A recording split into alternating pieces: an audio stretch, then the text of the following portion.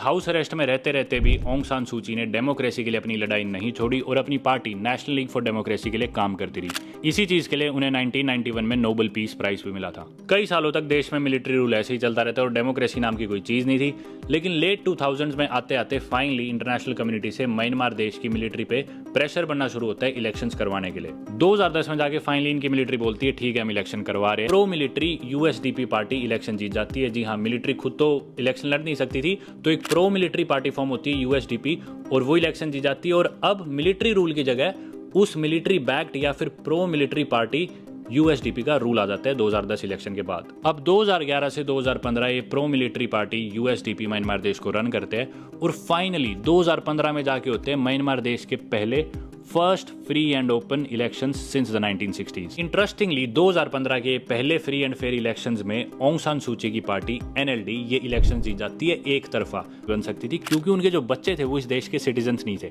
और कॉन्स्टिट्यूशन के रूल्स के हिसाब से वो सरकार में कोई भी ऐसी पोस्ट नहीं ले सकती थी, इसलिए वो पोस्ट लेती है। स्टेट लोगों को पता होता है कि एक्चुअली चलती इनकी और उन्हीं को सबसे बड़ा लीडर माना जाता था देश में। अब ये तो बोलते मुझे आवाज काफी धीरे रखनी। मिलिट्री गवर्नमेंट का कंट्रोल ले लेती है, स्टेट इमरजेंसी डिक्लेयर हो जाती है और देश की सारी पावर्स मिल जाती है मिलिट्री लीडर। सड़कों पे मिलिट्री आ जाती है, सभी तरह के सोशल मीडिया प्लेटफॉर्म से बैन लगा दिया जाता है, देश में से इंटरनेट कट कर दिया जाता है और 5 लोगों से ज्यादा की गैदरिंग पे भी बैन लगा दिया जाता है। और 2021 के इस कू को जस्टिफाई करने के लिए मिलिट्री रीजन देती है पिछले साल यानी कि 2020 के नवंबर में हुए इलेक्शंस को रिग्ड बताकर और ये कहकर कि there were signs of fraud. सूची जो कि देश की लीडर थी उन्हें एक्यूज किया जाता है और अरेस्ट किया जाता है for illegally importing telecommunications equipment in the country. क्यों?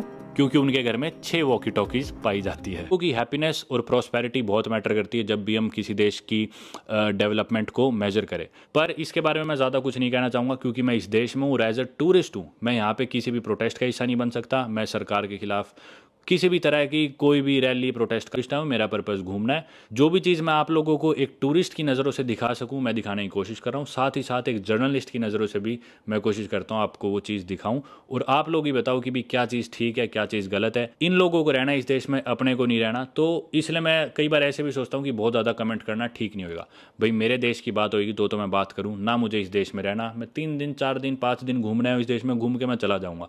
तो मैं नहीं चाहता कि मैं कोई ऐसी आवाज़ उठाऊँ इन लोगों के लिए जो कि क्या पता ये लोग खुद ही ना चाहते हो। क्या पता लोग खुश हो, मिलिट्री राज में खुश हो, लेकिन क्या पता खुश ना भी हो और मिलिट्री के डर से बोल नहीं सकते। वो तो एक फैक्ट ही है और ये बातें मैं लोगों के मानती है।